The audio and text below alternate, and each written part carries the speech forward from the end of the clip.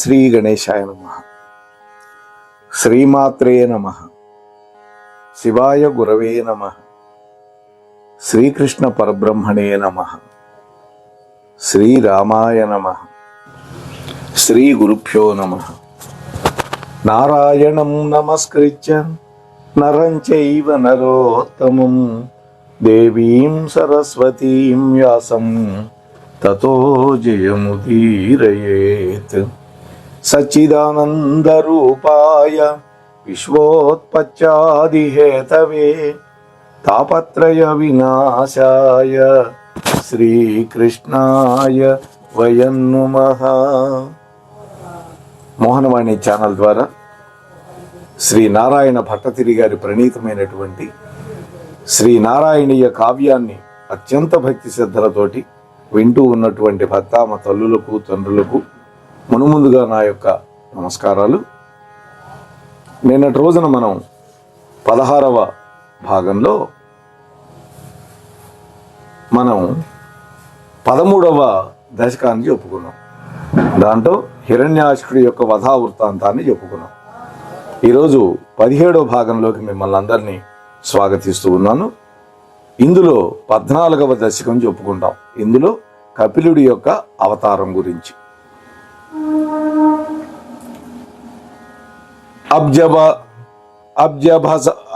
అబ్జభవ సంభవుండు స్వయంభువుండు మనువు నీ పాద పద్మ సంస్మరణ చేసి కొనుచు నీ దివ్య కథల్ ఆడుకొనుచు తన తరమ్ము నడిపించే అంతరాయమ్ము లేక. ఓ కృష్ణ, వరాహావతారం పూర్తయిన తర్వాత ఆ వరాహ స్వామి యొక్క అనుగ్రహం వల్ల భూమిని పైకి తేవటం, జగత్తంతా ప్రతిష్టాపన చేయబట్టం జరిగింది. ఆ తరువాత స్వయంభువ మనువు నీ యొక్క పాద సరోజ ధ్యాన నిరతుడై నీ యొక్క దివ్యమైనటువంటి కథలు చెప్పుకుంటూ సుఖంగా తన యొక్క మన్వంతరాన్ని నడిపిస్తూ ఉన్నాడు. ఆ సమయంలో కర్దముడు అనేటువంటి ఒక మహాముని బ్రహ్మదేవుడి యొక్క నీడ నుండి పుట్టాడు. కర్దమ ప్రజాపతి ఆయన బ్రహ్మదేవుడి యొక్క ఛాయ నుంచి ఉద్భవించాడు. బ్రహ్మదేవుడి యొక్క ఆజ్ఞతోటి సృష్టి చేయాలి అనేటువంటి వేడుక కలిగి 10,000 సంవత్సరాలు నిన్ను సేవించాడు తపస్సు చేసుకుంటూ. 10,000 సంవత్సరాలు. అప్పుడు తన మ్రోల తొలకరించిన నాటి నెరిమబ్బు తళుకు నించడు మేని కులుకుతోడ తన కన్నులందు నిల్చిన శరద్రాత్రి వెనెలకాయు తెలినవ్వు మొలకతోడ తన డెందమున హత్తుకొను లీలారవిందమల్లననుచు వింతతోడ తన దాక గరుడ వాహనమెక్కి చనుదెంచు నొరపు సూపెడి కృపాభరముతోడ తన పురాకృత సుకృత సంతాన ఫలము ఎనగా ఆతని మ్రోల ప్రత్యక్షమైతివి అనుపమమైన నీదు అందమున చొక్కి కర్దముడు భక్తి భావ సమర్థమందా. ఓ స్వామి, నీవు ఎప్పుడైతే నీలమేఘ ఛాయా రూపంతో తొలకరి మేఘంలాగా తళుకులీడుతూ అటువంటి శరీరముతోటి కులుకుతోటి తన కన్నులలో నిలబడ్డటువంటి శరత్కాల వెన్నెలలాగా తెలినవ్వు మొలకలతోటి తన యొక్క హృదయాన్ని హత్తుకునేటట్టుగా నీ చేతిలో లీలా అరవింద పుష్పాన్ని పట్టుకొని అతని దగ్గరికి గరుడ వాహనం ఎక్కి వచ్చావు. కర్దమ ప్రజాపతి దగ్గరికి గరుడ వాహనారూఢుడవై వచ్చావు. అటువంటి కృపారసాన్ని వెళ్ళి విరిపింపచేసేటటువంటి నీ దివ్య మోహనమైనటువంటి రూపాన్ని చూసి తన యొక్క పురాకృత సుకృతం ఈ రోజున నాకు ఫలించింది అన్నట్లుగా ఆ కర్దమ ప్రజాపతి ఎట్ట ఎదుట ప్రత్యక్షమైన నీ యొక్క అందమైనటువంటి దివ్యమంగళ స్వరూపాన్ని చూసి కర్దముడు భక్తిభావంతో నిన్ను ప్రార్థిస్తూ ఉన్నాడు. స్వామి, ఆ సమయంలో నీవు గరుడ వాహనాన్ని ఎక్కి కర్దమ ప్రజాపతి ముందు లీలా పుష్పాన్ని చేతిలో ధరించి ప్రత్యక్షమైనావు. ఆ విధంగా నీ దర్శనం కాగానే ఆ కర్దమ ప్రజాపతి యొక్క మేను పులకరించిపోయింది. వెంటనే నిన్ను కీర్తించడం మొదలుపెట్టాడు. అప్పుడు ఆ కర్దమ ప్రజాపతికి మనువు యొక్క పుత్రిక అయినటువంటి దేవహూతిని భార్యగా ఇచ్చావు. ఇచ్చి ఒక వరం ఇచ్చావు. ఓ కర్దమా, నీ భార్య యందు నీవు 9 మంది కూతుళ్ళకి జన్మనిస్తావు. ఆ తరువాత చిట్ట చివర 10వ సంతానంగా నేనే నీ కుమారుడుగా ఉదయిస్తాను అని చెప్పి వరమిచ్చి వైకుంఠానికి వెళ్ళిపోయావు. అప్పుడు ఏం జరిగింది అంటే, మనువు శతరూపజనుతన మహిషితోడ ఉత్తమోత్తమ సుత దేవహూతితోడ నరిగి నీయాన నారదుడంప తన దురాక కొరకు ఎదురు సూచు కర్దమునిదరికి. ఓ స్వామి కృష్ణ, మనువు తన యొక్క పత్ని అయినటువంటి శతరూపాదేవితో కలిసి తన కూతురైనటువంటి దేవహూతిని వెంట పెట్టుకొని నీ ప్రేరణతోటి నారదుడి యొక్క మాటల వల్ల తన కోసం ఎదురు చూస్తూ ఉన్నటువంటి కర్దమ ప్రజాపతి దగ్గరికి వెళ్ళాడయ్యా. తన కూతుర్ని వెంట పెట్టుకొని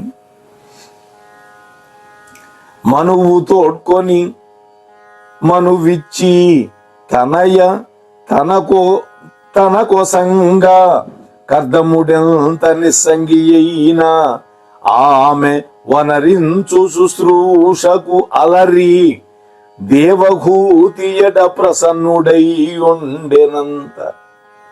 వాస్తవానికి కర్దముడు బ్రహ్మదేవుడి యొక్క నీడలో నుంచి వచ్చాడు. గొప్ప స్థాయి కలిగినటువంటి వాడు, గొప్ప తపసంపన్నుడు.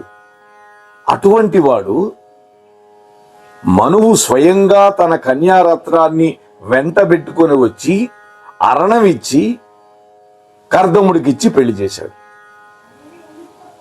ఆ కాంతామణి, ఆ దేవహూతి సేవ చేస్తూ ఉంటే ఆమె శుశ్రూషలకు ఆనందించి ఆ కర్దమ ప్రజాపతి తన భార్య అయినటువంటి దేవహూతి పట్ల అత్యంత ప్రసన్నుడైనాడు. ఆ విధంగా నిన్ను సేవించి, ఓ కృష్ణ, ఆ విధంగా నిన్ను సేవించి గడించుకున్న మహిమం నీరేజపత్రేక్షణల్తను సేవింపగ దేవహూతి కొని తద్వాంఛానుకూలము మోహన సౌందర్యము పూని కర్దముడు నానానేక బృందారకాధ్వని కేతమ్ముల సంచరింపదొడగన్ భ్రాజద్విమానమునన్. ఓ కృష్ణ, ఆ కర్దమ ప్రజాపతి తన భార్య కోరుకోగానే నిన్ను సేవించి తాను గడించుకున్నటువంటి యోగ విభూతుల చేత అనేక మంది పరిచారికలని, విద్యాధర సుందరీ మణులని, అనేక వేల మందిని సృష్టించుకున్నాడు. వాళ్ళందరూ తన చుట్టూ ఉండి సేవిస్తూ ఉంటే అద్భుతమైనటువంటి విమానంలో నూతనమైనటువంటి 16 ఏళ్ల ప్రాయం కలిగినటువంటి అత్యంత అందగత్తి అయినటువంటి తన భార్య దేవహూతితో కలిసి దేవమార్గాల్లో, నందనవనంలో, పుష్పభద్రము, చైత్రరథము మొదలైనటువంటి దేవతల యొక్క ఉద్యానవనాల్లో, దేవ మందిరాలలో విహారం చేస్తూ అనేకమైనటువంటి క్రీడలు చేస్తూ ఆనందపరుస్తూ ఉన్నాడు భార్యని. ఆ విధంగా ఆ కర్దమ ప్రజాపతి తన యొక్క యోగ మహిమ వల్ల అతడు 100 ఏండ్లు విహరించి ఆమెయందు ధన్య రూపలు 9 కన్యకలను గంచి నినుగాంచి ధన్యతల్ కాంచనించి పడతి హితమించి వనికి పోవకయ నిలిచే. ఓ కృష్ణ, అప్పుడు కర్దమ ప్రజాపతి ఆ దేవహూతితోటి 100 సంవత్సరాలు విహారం చేసి 9 మంది కూతుర్లను కన్నాడు. ఆ తరువాత చిట్ట చివరలో నిన్ను కుమారుడుగా పొందాలి అనేటువంటి కుతూహలంతో వానప్రస్థ ధర్మంలో అడవికి వెళ్ళాలి అని ఆలోచిస్తూ ఉన్నాడు. చూడండి, అయితే ఆ సందర్భంలో ఆ దేవహూతి మహాపతివ్రత శిరోమణి తన ప్రియుమాట సుంత జవదాటక త్వచ్చరణారవింద సేవనమున దేవహూతియను అనువర్తనమున మొనరింప విశ్వమోహనుడవు నీవు లోకములకాత్మను గూరిచి జ్ఞానబోధసేయను కపిలుండనంగా మదయము అయినాడవు దేవహూతికి. అప్పుడు దేవహూతి భర్త యొక్క ఆజ్ఞ మేరని ఆజ్ఞ అతిక్రమించకుండా ఉన్నది. అది పతివ్రతామ తల్లి అయినటువంటి ఒక స్త్రీ లక్షణం. దేవహూతి అటువంటి లక్షణంతో సాక్షాత్తు స్వయంభూ మనువు యొక్క కూతురు ఆ దేవహూతి భర్త యొక్క ఆజ్ఞను అతిక్రమించకుండా ఆయన చెప్పినట్లుగా వ్రతాలని ఉపవాసాలని చేస్తూ ఉన్నది. దేనికోసం? నిన్ను పుత్రుడుగా పొందటానికి. స్వామి కృష్ణ, అప్పుడు నీవు సమస్త జగత్తుకి 24 తత్వ విషయమైనటువంటి సాంఖ్య శాస్త్రాన్ని బోధించటానికి ఆ తల్లి యందు కపిలుడుగా అవతారమెత్తావు. మునియగు కర్దముండట తపోవనికేగే ప్రసన్నమూర్తి మీ జననికి ఆత్మతత్వమును సర్వము నీవు ఉపదేశమిచ్చినావు అనగా మరుత్పురేశ కపిలాత్మక మా భవరోగ బాధలెల్లను హరించి ఏలుమా కళామయ నిత్యకలాప చిన్మయా. ఆహా, ఆ తరువాత ఆ కర్దమ ప్రజాపతి అడవికి వెళ్ళాడు. 9 మంది కూతుళ్ళని కన్నాడు. చిట్ట చివరలో నిన్ను పుత్రుడుగా పొందాడు కపిలుడు అనేటువంటి పేరుతోటి. అప్పుడు నీవు మీ తల్లికి ఆత్మతత్వాన్ని ఉపదేశాన్ని సులభ రీతిలో అనుగ్రహించావు. అంటే కష్టంగా ఉంటే ఆమెకు అర్థం కాదు కదా, అందుకని ఆమెకు అర్థమయ్యే రీతిలో అనుగ్రహించావు. అదే కపిల గీత అనేటువంటి పేరుతోటి. అటువంటి నీవు, ఇంత మహిమాన్వితుడమైనటువంటి నీవు మమ్మల్ని కూడా కాపాడవా స్వామి, నా వ్యాధిని పోగొట్టవా స్వామి అని ఇక్కడ ఆర్తితోటి ప్రార్థిస్తూ ఉన్నాడు భట్టతిరి గారు తన యొక్క చివరి పద్యంలో ఈ యొక్క దీంట్లో. ఆ విధంగా మహిమాన్వితుడైనటువంటి ఆ కపిల మహర్షి దేవహూతికి కర్దముడికి పుత్రుడుగా పుట్టాడు. అంటే వాళ్ళు ఎంత పుణ్యం చేసుకుంటే పరమాత్మని పుత్రుడుగా పొందగలిగి ఉంటారు.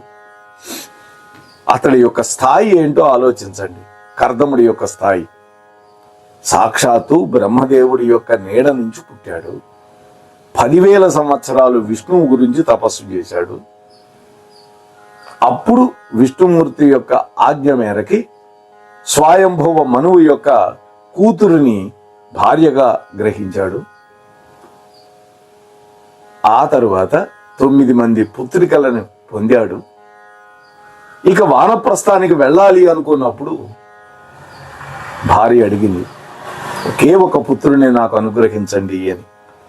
అప్పుడు ఆ పరమాత్మే తాను వరమిచ్చినటువంటి మేరకి కపిల భగవానుడుగా ఆవిర్భవించాడు.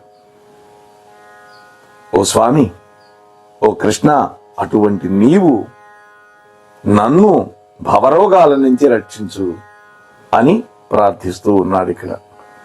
అటువంటి కపిల భగవానుడు మరి రేపటి రోజు వాళ్ళ తల్లి అయినటువంటి దేవహూతికి ఎటువంటి సాంఖ్య శాస్త్రాన్ని చెప్పాడు అనే విషయాన్ని శ్రీకృష్ణ పరమాత్మ యొక్క దివ్యానుగ్రహంతో రేపటి రోజు మనం ముచ్చరించుకునే ప్రయత్నం చేద్దాం.